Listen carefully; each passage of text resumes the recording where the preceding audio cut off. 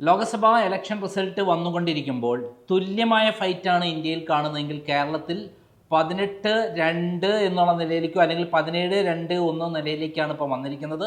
ഇപ്പോൾ ഇലക്ഷൻ പ്രവചനങ്ങൾ ധാരാളം നടന്നിട്ടുണ്ട്. ഇതിനെ ആസ്പദമാക്കി രതീഷ് ചക്രപാണി രാഷ്ട്രീയ നിരീക്ഷകൻ നമ്മളോട് ഇപ്പോൾ സംസാരിക്കുന്നതാണ്. നമസ്കാരം. എന്താണ് ഈ ഇലക്ഷൻ റിസൾട്ടും അതേപോലെ പ്രവചനങ്ങളും തമ്മിലുള്ള താരതമ്യം നോക്കുമ്പോൾ നമുക്ക് പറയാനുള്ളത്?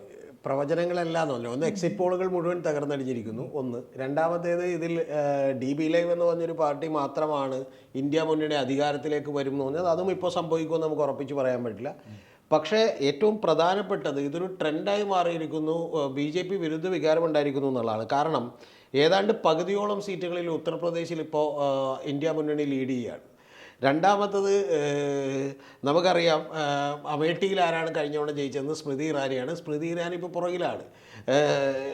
നരേന്ദ്രമോദിക്ക് ആശ്വസിക്കാം, നരേന്ദ്രമോദിയുടെ പിന്നിലായിരുന്നു ഏതാണ്ട് 6000-ലധികം വോട്ടുകൾക്ക്. പക്ഷേ ഇപ്പോൾ അത് കുറഞ്ഞിട്ടുണ്ട്, 4000-ലധികം വോട്ടുകൾക്ക് പിന്നിൽ. വേറൊരു കാര്യം കൂടി, അയോധ്യ നിൽക്കുന്ന സ്ഥലത്ത് SP ആണ് മുന്നിൽ നിൽക്കുന്നത്. അതെ, ഫാസിയാബാദിൽ SP ആണ് മുന്നിൽ നിൽക്കുന്നത്. അതുപോലെ തന്നെ രണ്ട് വ്യത്യസ്തമായ, നമുക്ക് ജനങ്ങളൊക്കെ എങ്ങനെ ചിന്തിക്കുമെന്ന് അറിയില്ല, പ്രജ്വൽ രേവണ്ണ അവിടെ ലീഡ് ചെയ്യുകയാണ് ഹസനിൽ. അതുപോലെ തന്നെ മറ്റേ നമ്മുടെ ബ്രിജ്ഭൂഷൺ ചരൺ സിംഗിൻ്റെ മകനും അവിടെ ലീഡ് ചെയ്യുകയാണ്. അപ്പോൾ ഇത്തരത്തിൽ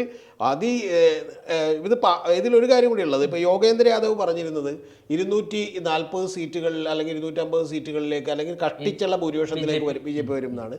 അവസാനമാണ് അദ്ദേഹം അത് പറഞ്ഞത്. പക്ഷേ ഞാനത് നേരത്തെ പറഞ്ഞിരുന്നു. ഈ പരകാല പ്രഭാകർ എന്ന് പറയുന്ന നിർമ്മലാ സീതാരാമൻ്റെ ഭർത്താവ് പറഞ്ഞിരുന്നത് 220 സീറ്റുകളിലേക്ക് BJP ഒതുങ്ങുമെന്നാണ്. ഫൈനൽ റിസൾട്ട് ഇപ്പോഴും വന്നിട്ടില്ല. പക്ഷേ ഒരു കാര്യം നമുക്ക് ഉറപ്പാണ്, ഇന്ത്യ മുന്നണിയുടെ വലിയ ഉയർത്തെഴുന്നേൽപ്പാണ് 222 സീറ്റുകൾ. ഇതിൽ എന്നെ ഞെട്ടിക്കുന്നൊരു കാര്യം എന്ന് പറഞ്ഞിട്ടുണ്ടെങ്കിൽ ഗുജറാത്തിൽ അവർ 3 സീറ്റിൽ പുറകിലാണ്.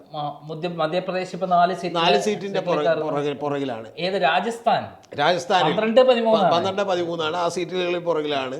മഹാരാഷ്ട്രയിൽ വലിയ തിരിച്ചടിയിട്ടുണ്ട്. കർണാടകയിൽ ഏതാണ്ട് ഇപ്പോൾ പകുതിയോട് പറഞ്ഞ പ്രകാരത്തിലേക്ക് കടക്കുകയാണ്. അപ്പം ഇത് നമ്മൾ മനസ്സിലാക്കുന്ന ഒരു കാര്യം എന്ന് പറഞ്ഞാൽ, എൻ്റെ ഒരു വലിയ സന്തോഷം എന്ന് പറയുന്നത്, നമ്മുടെ ഒരു രാഷ്ട്രീയ നിരീക്ഷകരോ അല്ലെങ്കിൽ പൊളിറ്റിക്കൽ സ്ട്രാറ്റജിസ്റ്റോ, ഈവൻ പ്രശാന്ത് കിഷോർ പറഞ്ഞിരുന്നത് എന്താണ്? പ്രശാന്ത് കിഷോർ പറഞ്ഞിരുന്നത് ഒരു ഇന്ത്യ മുന്നണി നില മെച്ചപ്പെടുത്തുമെന്നാണ്. അതായത് 303-ൽ നിന്ന് BJP നില മെച്ചപ്പെടുത്താനാണ് സാധ്യത. BJPക്ക് ഭരിക്കാനുള്ള ഭൂരിപക്ഷം കിട്ടും എന്ന് അദ്ദേഹം പറഞ്ഞിരുന്നത്. ഉറപ്പായിട്ടും NDA അധികാരത്തിൽ വരും എന്ന് തന്നെയാണ് അദ്ദേഹം പറഞ്ഞത്. അതെ, അതും വളരെ ഫേംലി പുള്ളി പറഞ്ഞൊരു കാര്യം എന്ന് പറഞ്ഞാൽ 270 സീറ്റിലേക്ക് താഴേക്ക് പോകില്ല, 303-ൽ നിന്ന് സീറ്റുകളുടെ നില മെച്ചപ്പെടുത്തുമെന്നാണ് പറഞ്ഞത്. കേരളത്തിലും വലിയ പ്രവചനം നടത്തിയിട്ടുള്ള ആളുകൾ മുഴുവൻ ഇത്തരത്തിലുള്ള കാര്യങ്ങളാണ് പറഞ്ഞത്. ഞാനടക്കം പറഞ്ഞ കാര്യങ്ങൾ തെറ്റിയിട്ടുണ്ടാവും, അറിയില്ല, ഫൈനൽ റിസൾട്ട് വരാനിരിക്കുന്നേ ഉള്ളൂ. ഇപ്പോൾ സുരേഷ് ഗോപി 3-ാം സ്ഥാനത്തേക്ക് തന്നെയെന്നാണ് ഞാൻ വിചാരിച്ചത്. പക്ഷേ ഇപ്പോൾ സുരേഷ് ഗോപി ഏതാണ്ട് 7000-ഓളം സീറ്റുകൾക്ക് ഞാനവിടെ ട്രെൻഡ് മനസ്സിലാക്കി, സ്ത്രീകളെ വോട്ട് സുരേഷ് ഗോപി പോയിട്ടുണ്ടാവാം. ലാസ്റ്റത്തെ പൂരമൊക്കെ വലിയ രീതിയിൽ, അല്ലാതെ തന്നെ അദ്ദേഹത്തോട് ഈ പലർക്ക് സംഭാവന കൊടുക്കുന്നു, ദാനം ചെയ്യുന്നതൊക്കെ വല്ലാതൊരു ട്രെൻഡ് സൃഷ്ടിച്ചു. ഇപ്പം നമ്മൾ ഈ സംസാരിക്കുന്ന ഏതാണ്ട് 9:45-നുള്ളൊരു കേസ് എന്ന് പറഞ്ഞിട്ടുണ്ടെങ്കിൽ തിരുവനന്തപുരത്ത് ട്രെൻഡുകൾ മാറി പറയുന്നുണ്ട്. കേരളം സംബന്ധിച്ചോളം തിരുവനന്തപുരത്ത് ഇപ്പോൾ രാജീവ് ചന്ദ്രശേഖർ ഇടയ്ക്ക് 3-ാം സ്ഥാനത്തേക്ക് പോയിട്ടുണ്ട്. അതുപോലെ തന്നെ ഏതാണ്ട് ശശി തരൂർ 17,000-ലധികം വോട്ടിന്റെ ഭൂരിപക്ഷം. പന്ന്യൻ രവീന്ദ്രൻ 2-ാം സ്ഥാനത്തേക്ക് പോയി എന്ന് പറയുന്നത് വലിയൊരു അത്ഭുതമാണ്. പിന്നെ രാഹുൽ ഗാന്ധി 65,000 വോട്ടിലേക്ക് ലീഡ് ചെയ്തു എന്നുള്ളതാണ് ഇപ്പം വരുന്നത്. രാഹുൽ ഗാന്ധി എനിക്ക് തോന്നുന്നു ആദ്യത്തെ ഒരു ഘട്ടങ്ങളൊക്കെ എണ്ണി കഴിഞ്ഞപ്പോഴത്തേക്കും അത് മാറിയിട്ടുണ്ടാവും എന്ന് വിചാരിക്കുന്നു. ഇപ്പോഴും എന്നെ സംബന്ധിച്ച് തൃശ്ശൂരിൽ എനിക്ക് അറിയില്ല ഇത് ഏത് മണ്ഡലമായിരിക്കും വേണ്ടി ഉണ്ടാവുക എന്നുള്ളത്. അതിനെ ഓവർകം ചെയ്യാൻ പറ്റുമെന്ന് തന്നെയാണ് ഞാൻ വിചാരിക്കുന്നത്. ഗുരുവായൂരാണ് എണ്ണാനുള്ളതെങ്കിൽ അവിടെ ഒരു 20,000-30,000 വോട്ടിന്റെ ഭൂരിപക്ഷം മുരളീധരന് കിട്ടാനുള്ള സ്ഥലമായിട്ടാണ് ഞാൻ കണക്കൂട്ടുന്നത്. അതെ, അതാണ് അവസാനം എണ്ണുന്നതെങ്കിൽ.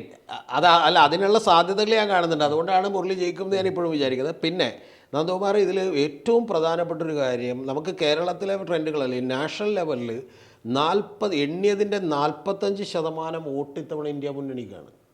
അത് വലിയൊരു മാറ്റമാണ്. കഴിഞ്ഞ 60%, 55%, 50% വോട്ടാണ്. 42% NDA മുന്നണി കിട്ടിയിട്ടുള്ളൂ. അതായത് ഇപ്പം നിലവിൽ സംബന്ധിച്ചിടത്തോളം എണ്ണിക്കഴിഞ്ഞ്, അതായത് നമ്മുടെ ഈ റിസൾട്ടുകളായിട്ട് കമ്പയർ ചെയ്യാൻ പറ്റില്ല, എണ്ണിക്കഴിഞ്ഞ് ഇലക്ഷൻ കമ്മീഷന്റെ വെബ്സൈറ്റിൽ അപ്ഡേറ്റ് ചെയ്തിട്ടുള്ള ഇൻഫർമേഷനുമായി ബന്ധപ്പെട്ട് അത്ര വലിയ ഡിഫറൻസ് ഉണ്ടായിരിക്കുന്നു എന്നുള്ളതാണ്. സ്മൃതി ഇറാനി പുറകിൽ പോകുന്നു, നരേന്ദ്രമോദി 16,018 വോട്ടിന്റെ ലീഡിലേക്ക് പോകണമെന്ന് പറയുന്ന ട്രെൻഡാണ്. 4000 കഴിഞ്ഞു, പിന്നെ 5000-ആണ്, പിന്നെ ഏറ്റവും ഒടുവിൽ ഇപ്പോൾ 7000 കഴിഞ്ഞു, ഇപ്പോൾ 16,000-ന്റെ വോട്ടിലേക്ക് പോകും. ശരിക്കുള്ള ഒരു ട്രെൻഡ് പറയാൻ പറ്റും. ഇനി അത് പിടിക്കാൻ പറ്റുമോ നമുക്ക്. അതേപോലെ ശ്രീകണ്ഠൻ 13,000 വോട്ടിലേക്ക് കടന്നു എന്നാണ് കാണിക്കുന്നത്. ഏകദേശം ലീഡായി കഴിഞ്ഞു പാലക്കാട്.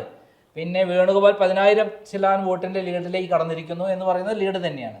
ഇന്ത്യ മുന്നണി 227 സീറ്റിലേക്ക് എത്തുന്നു, കോൺഗ്രസ് 100-ലധികം സീറ്റുകൾ ക്രോസ് ചെയ്യുന്നു എന്നുള്ളതാണ് ഈ 10 മണിക്കുള്ള ഏറ്റവും പുതിയ. അതോടൊപ്പം ഒരു വലിയ അട്ടിമറികൾ നടന്നിട്ടുള്ള 3 സ്ഥലങ്ങൾ നമുക്ക് പറയാം. ഒറീസ 18 സീറ്റാണ് BJP നേടിക്കൊടുത്തത്. അതുകൊണ്ടാണ് അവർ മേല മെച്ചപ്പെടുത്തിയത്. അതേപോലെ ആന്ധ്രാപ്രദേശ് ഭയങ്കര മെച്ചപ്പെടുത്തി. ഒറീസയിൽ അത് നമുക്ക് ഒറീസ പറഞ്ഞു പോകാം. കാരണം ഒറീസയിൽ ബിജു പട്നായിക്കും BJPയുമായിട്ടുള്ള ഒരു തരത്തിലുള്ള ഒരു ഡീൽ ഉണ്ടാക്കിയിട്ടുണ്ടെന്നും അതുകൊണ്ട് തന്നെ MP സീറ്റുകളിൽ BJP ജയിച്ചോട്ടെ എന്നും പകരം സ്റ്റേറ്റ് അസംബ്ലിയിൽ ഞങ്ങൾക്ക് വിട്ടുതന്നാൽ മതി എന്നുള്ള കാര്യം വളരെ പരക്കെ ഏകദേശം കുറച്ച് മണിക്കൂറും കൂടി കഴിഞ്ഞാൽ അവിടെ ആര് ജയിക്കുന്നൊക്കെ ആ ഡീൽ നടന്നിട്ടുണ്ട്. ഒറീസയിൽ ഒരു കാര്യമുണ്ട്, BJP നേട്ടം ഉണ്ടാക്കുമെന്ന് നമുക്ക് ഉറപ്പായിരുന്നു. കാരണം ഞാൻ പറഞ്ഞിരുന്നല്ലോ, ഇപ്പൊ 8 മുതൽ ബംഗാൾ നേട്ടം ഉണ്ടാക്കിയിട്ടില്ല. ബംഗാൾ ഈക്വൽ ഫൈറ്റ് തന്നെയാണ് വന്നിരിക്കുന്നത്. 2 സീറ്റ് ഇപ്പം കോൺഗ്രസിനും CPM-നും അവിടെ കിട്ടുന്നു എന്നുള്ള വിശേഷതയുണ്ട്. ഏറ്റവും പുതിയ വിവരം, ഏറ്റവും ഞെട്ടിക്കുന്നത് തെലങ്കാനയിൽ 9 സീറ്റ് BJPക്ക് എന്നുള്ളത്. 13 9 സീറ്റ് 17 സീറ്റിൽ 5 സീറ്റേ കോൺഗ്രസിനുള്ളൂ. ഇപ്പം കഴിഞ്ഞ തവണ 4 സീറ്റ് BJPക്ക് ഉണ്ടായിരുന്നുള്ളൂ. അതൊരു 9ലേക്ക് എത്തുമെന്ന് നമ്മൾ ഇന്നലെ വിചാരിച്ചിരുന്നു. പക്ഷെ അതിനേക്കാൾ വലിയ നേട്ടം ഉണ്ടാക്കുന്നുണ്ടെങ്കിൽ തീർച്ചയായിട്ടും ഇതാണ് ഇപ്പോഴത്തെ ട്രെൻഡ് നമ്മളെ മുന്നിലുള്ളത്. ഇപ്പോൾ നമുക്ക് ആര് വിജയിക്കില്ല എന്ന് പറയാൻ പറ്റാത്ത ഒരവസ്ഥയിലേക്ക് പോവുകയാണ്. ആദ്യം NDA കുതിച്ചു കയറിയിരുന്നു, പിന്നീട് ഇന്ത്യ മുന്നണി അതേപോലെ കുതിച്ചു വന്നു. ഇപ്പോൾ ഈക്വൽ ആയിട്ടുള്ള ഒരു ഫൈറ്റാണ് കാണുന്നത്. കേരളത്തിലെ ചില ചാനലുകൾ ഇന്ത്യ മുന്നണിക്ക് മുൻതൂക്കം കാണിക്കുന്നുണ്ടെങ്കിൽ അത് ഇന്ത്യ ടുഡേ കാണിക്കുന്നത് 284 സീറ്റോടെ NDAക്ക് തന്നെയാണ്. 227 സീറ്റോടെ ഇന്ത്യ മുന്നണി തൊട്ടടുത്ത് നിൽക്കുന്നു. 31 സീറ്റ് അത് ആരാധന നമുക്ക് നോക്കണം. 31 സീറ്റ് അല്ലാതെയും പലർക്കും കിട്ടിയിട്ടുണ്ട്. അങ്ങനെ നോക്കുമ്പോൾ 257 സീറ്റ് വരെ ഈക്വലായിട്ട് നിൽക്കുന്നുണ്ട്. കുറഞ്ഞ സമയത്തുള്ളത് മാറ്റം വരുമോ ഇല്ലെങ്കിൽ നമുക്കറിയില്ല. എന്തായാലും ഏറ്റവും പ്രധാനപ്പെട്ട 2 വാർത്തകൾ ഇതിൻ്റെ അകത്ത് പറയാനുള്ളത്, ഒന്ന്, തൃശ്ശൂരിൽ സുരേഷ് ഗോപി മുന്നിലാണ്. 7,000 വോട്ടിന് 14,000 വോട്ടിന് മുന്നിൽ നിന്ന് വളരെ ലീഡിലാണ്.